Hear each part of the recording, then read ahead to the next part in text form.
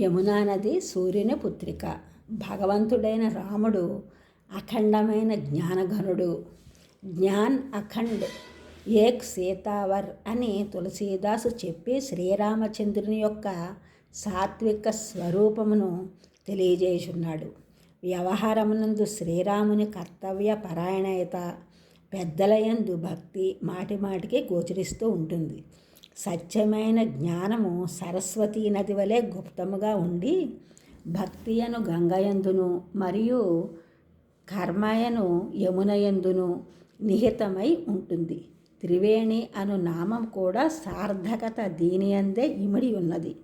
యమునా నది కర్మ కథలకు ప్రతీకగా ప్రస్తుతింపబడినది. యమునా నది సూర్యుని పుత్రిక. సృష్టియందు కర్మలకు మూల ప్రేరకుడు సూర్యుడే. ప్రాతకాలమునందు సూర్యుడు ఉదయించి తమోమయమైన నిద్రను త్యజించి మనుష్యుని కర్మలయందు ప్రేరితుని చేస్తుంది. స్వతహాగా సూర్యుడు కూడా కర్మలకు ఆదర్శము మన ముందు ఉంచుతున్నాడు. నియమము ఆయన జీవితంలో అభిన్నమైన అంగము. ప్రతిక్షణము ఇతరులకు ప్రకాశమును, కర్మలను చేయుట యందు ప్రేరణను ఇస్తూ కూడా తనకు తాను ప్రదర్శించుకోవాలనను ప్రవృత్తి గోచరము కాదు.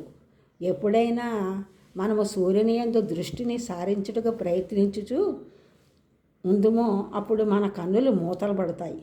సూర్యుడు నన్ను చూచుటకు ఎట్టి ఆవశ్యకత లేదు, నీవు నీ పని చూసుకో అని మనకు సందేశమును ఇస్తున్నాడా అని అనిపిస్తుంది.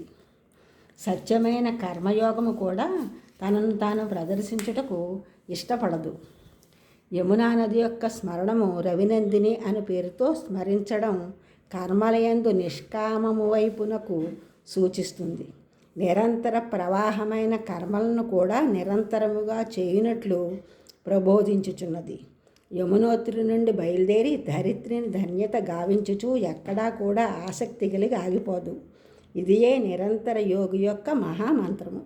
ఈ ఛానల్ చూసిన వారందరూ కూడా సబ్స్క్రైబ్ చేయండి, షేర్ చేయండి, లైక్ చేయండి, కామెంట్ చేయండి. సబ్స్క్రైబ్ చేసిన వారందరూ కూడా కృతజ్ఞతలు, షేర్ చేసిన వారు, లైక్ చేసిన వారు, కామెంట్ చేసిన వారందరూ కూడా ధన్యవాదములు.